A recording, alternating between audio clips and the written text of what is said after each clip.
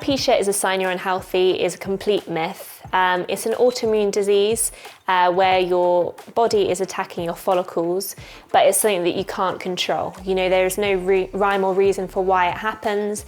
I'm still a healthy human being. I eat my vegetables, I eat my fruit, I exercise. It doesn't mean that I'm unhealthy. It's just something in my body is rejecting my hair follicles and therefore it's falling out.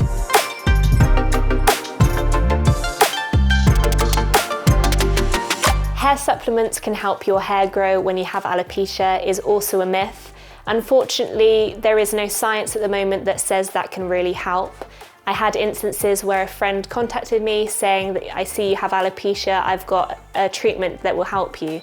And that's just not the case, unfortunately, at this day and age.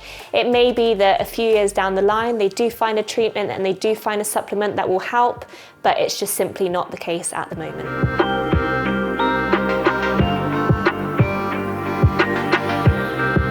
Alopecia causes every single one of your hairs to fall out is a myth.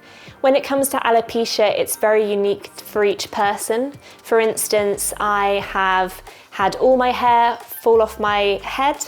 I've had my eyebrows fallen off and my eyelashes, but now my lashes have come back. I've got half an eyebrow on my right eyebrow and I've got patchiness coming back on my head.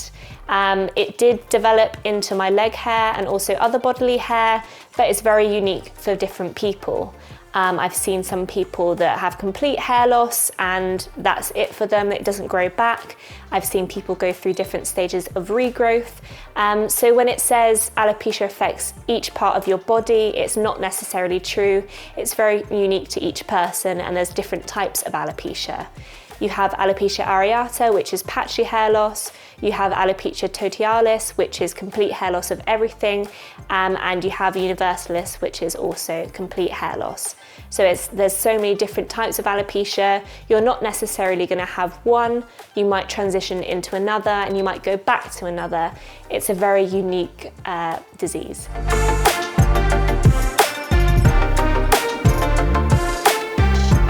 Alopecia areata is a sign of cancer. Again, not true at all. Alopecia areata and cancer are completely unlinked. Not to say that you won't get both in your life, unfortunately that might happen. I'm not a doctor, I can't really diagnose that. However, I currently don't have cancer and I might do in my lifetime, but I don't at the moment. It's not linked in any way. Alopecia areata is an autoimmune disease which has different causes that we're not entirely sure how we can pinpoint which causes they are, but they are not linked in any way, shape or form.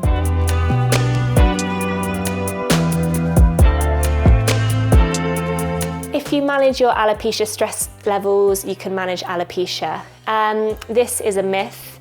I have been told by doctors that stress could be a factor of why my alopecia occurred, but again, there is no, yes, this is exactly the reason why you have alopecia. There are other environmental factors, there are other things with your diet, there could be unknown factors like my mum and dad both have an autoimmune disease that could have impacted why I have alopecia. So there's just many different ways of why it could happen. Needless to say that you could try and de-stress yourself by taking, the time to focus on self-care, talk to others, to try and help you mentally, but it's not necessarily going to cure your alopecia.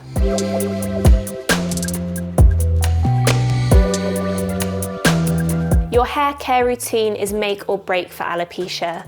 Again, it's a myth. Unfortunately, alopecia starts internally and therefore what you're doing in terms of your hair care routine, whether you're putting rosemary oil to try and stimulate growth or whether you're using that specific shampoo that apparently makes miracles happen, unfortunately that's just not the case.